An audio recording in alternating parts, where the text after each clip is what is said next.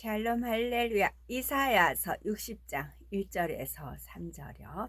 일어나라 빛을 발하라. 이는 네 빛이 이르렀고 여호와의 영광이 네 위에 임하였음이니라. 보라, 어둠이 땅을 덮을 것이며 캄캄함이 만민을 가리려니와 오직 여호와께서 네 위에 임하실 것이며 그의 영광이 네 위에 나타나리니. 나라들은 네 빛으로, 왕들은 비치는 네 광명으로 나아오리라. 아멘. 제목은 일어나라 빛을 발하라 입니다. 밤이 깊고 어둠이 짙어 갈수록 사람들은 빛에 대한 고마움을 느끼게 되고 그 가치는 더욱 커지게 마련이지요. 마찬가지로 죄가 간영하여 날로 어두워져 가는 이 세대 속에서 비추이는 그리스도의 빛은 수많은 영혼을 사망에서 생명으로, 어두움에서 빛으로 인도하고 있으니 그 가치는 이루 말할 수 없이 큰 것입니다. 그러므로 빛 대신 하나님의 자녀들은 더욱 찬란히 그리스도의 빛을 발함으로 세상의 길잡이와 같은 역할을 잘 감당해 나가야 하지요. 그러면 오늘은 빛을 발하는 삶을 살기 위해서는 어떻게 행해야 하는지에 대해서 살펴봅니다. 땅에 심겨진 작은 씨앗은 보잘것없이 보이지만 이 씨앗이 썩어서 싹이 나고 자라 꽃이 피고 열매를 맺는 과정을 보면 참으로 신기하고 경이로운 느낌마저 들죠. 그런데 한 알의 씨가 썩어져 열매를 맺는 원리는 비단 식물에게만 국한되는 것은 아닙니다. 요한복음 12장 24절.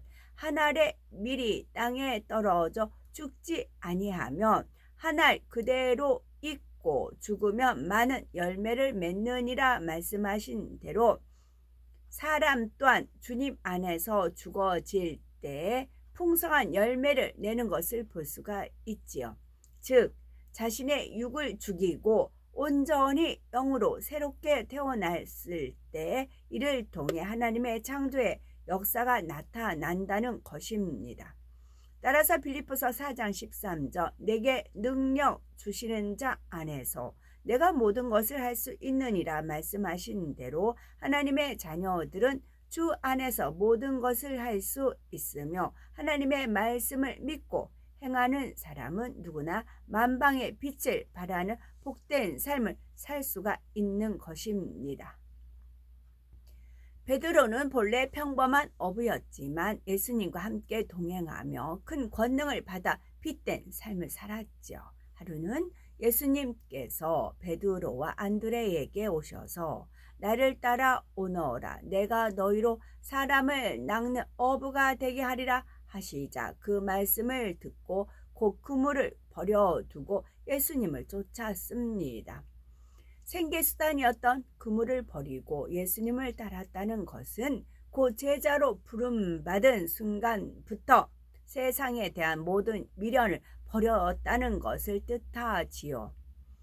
베드로가 예수님의 제자 된 길을 가기 시작한 장면은 누가복음 5장에 자세하게 기록이 되어 있습니다. 예수님께서는 밤새도록 그물을 내렸지만 아무것도 잡지 못한 베드로에게 깊은 데로 가서 그물을 내려 고기를 잡으라 말씀하셨죠. 베드로는 고기잡이에 관한 어느 누구보다도 풍부한 경험과 지식을 지니고 있었지만 자신의 지식과 경험을 앞세우지 않고 그 말씀에 의지하여 순종을 하였지요. 그 결과 그물이 찢어질 정도로 많은 고기가 잡게 되었습니다. 이와 같은 체험은 베드로에게 빛으로 다가왔지요.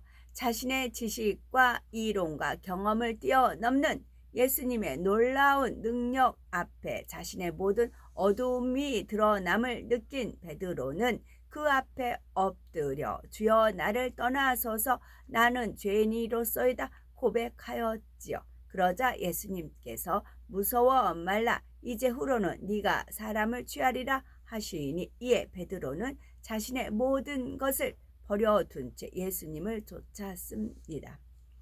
마태복음 14장을 보면 예수님의 제자들이 밤에 배를 타고 풍랑이는 갈릴리 바다를 건너고 있을 때 예수님께서 물 위를 걸어 배로 다가오시는 적이 있습니다. 이것을 본 제자들이 유령이라 하며 무서워 소리를 지르자 예수님께서는 안심하라 내니 두려워 말라 말씀하시죠. 이때에 베드로가 주여 만일 주시어든 나를 명하사 물 위로 오라 하소서 하며 참으로 담대한 믿음을 고백합니다. 이에 예수님께서는 오라 명하셨고 베드로는 물 위로 걸어서 예수님께로 다가갔지요. 그런데 이런 담대한 믿음을 내보였던 베드로가 바람이 이는 것을 보자 무서워하다가 그만 물에 빠지게 되죠. 예수님의 말씀만을 믿고 의지했을 때에는 물 위를 걸을 수 있었으나 바람을 보고 무섭다는 생각을 하니 이내 의심이 생겨 물속에 빠지고 만 것입니다. 이처럼 육신의 생각은 영적인 믿음, 곧 참믿음을 소유하는 데 있어 방해, 요인이 됩니다. 그러므로 모든 이론을 파하며 하나님 아는 것을 대적하여 높아진 것을 다 파하고 모든 생각을 사로잡아 그리스도에게 복종케 하니라고 말씀하신 것입니다. 베드로는 이러한 체험을 통해 신속히 믿음이 성장하여 예수님께서 제자들에게 사람들이 자신을 누구라 하느냐고 물으시자 그는 주는 그리스도시요 살아계신 하나님의 아들이시니이다 하는 영적인 고백을 할 수가 있었지요. 이런 베드로에게 예수님께서는 너는 베드로라 내가 이 반석 위에 내 교회를 세우리니 음부의 권세가 이기지 못하리라. 내가 천국 열쇠를 네게 주리니 네가 땅에서 무엇이든지 매면 하늘에서도 매일 것이요 네가 땅에서 무엇이든지 풀면 하늘에서도 풀리라 축복하셨지요. 그런데 이러한 축복의 말씀이 이루어지기 위해서 베드로는 더 빛으로 변화되어야 했습니다. 물론 정녕 육신의 생각은 모두 남김없이 빼내어야 했던 것입니다. 마태복음 16장 21절 이하를 보면 베드로가 육신의 생각을 동원하였다가 예수님께 책망을 받고 큰 깨우침을 얻는 장면이 나옵니다. 예수님께서 때가 되면 예루살렘으로 올라가 많은 고난을 받고 죽임당하게 될 것을 말씀하시자 베드로는 주여 그리 마옵소서 이 일이 결코 주에게 미치지 아니하리이다 말하지요. 이는 스승을 생각하는 제자의 갸륵한 마음이 담긴 말 같습니다. 그런데 예수님께서는 사단아 내 뒤로 물러가라 너는 나를 넘어지게 하는 자로다. 네가 하나님의 일을 생각지 아니하고 도리어 사람의 일을 생각하는도다 하셨지요. 이는 베드로를 사단이라고 하신 것이 아니라 베드로의 생각을 통해 역사하는 사단에게 명하신 것입니다. 로마서 8장 7절을 보면 육신의 생각은 하나님과 원수가 되나니 이는 하나님의 법에 굴복지 아니할 뿐 아니라 할 수도 없음이라 말씀한 대로 베드로가 육신의 생각을 동원했기 때문에 이러한 책망을 듣게 된 것입니다. 그러나 그는 예수님께 책망을 들었다고 해서 힘들어한 것이 아니라 오히려 빛으로 나아가는 축복의 기회로 삼았지요. 어느 날 베드로는 변화산에서 예수님의 변화된 모습을 보는 체험을 하게 되죠.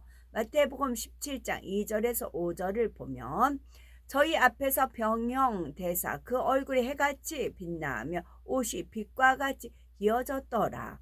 구름 속에서 소리가 나서 가로되 이는 내 사랑하는 아들이요 내 기뻐하는 자니 너희는 저의 말을 들으라 기록되어 있습니다. 우리가 변화산 사건이라고 말하는 이 장면은 예수님께서 사랑하는 제자 베드로와 야고보, 요한에게 자신의 존재를 확증시키심과 동시에 제자들에게는 예수님과의 깊은 영적인 사귐을 갖는 시간이었지요.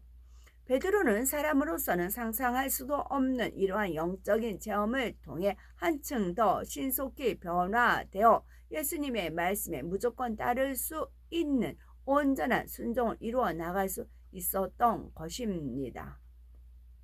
한 예로 예수님께서 성전세를 내지 않는다고 시비하는 사람들을 오해케 하지 않기 위해서 바다에 가서 낚시를 던져 먼저 오르는 고기를 가지고 입을 열면 그 안에 돈 한 세겔이 있을 터이니 그것으로 세를 내도록 지시하지요.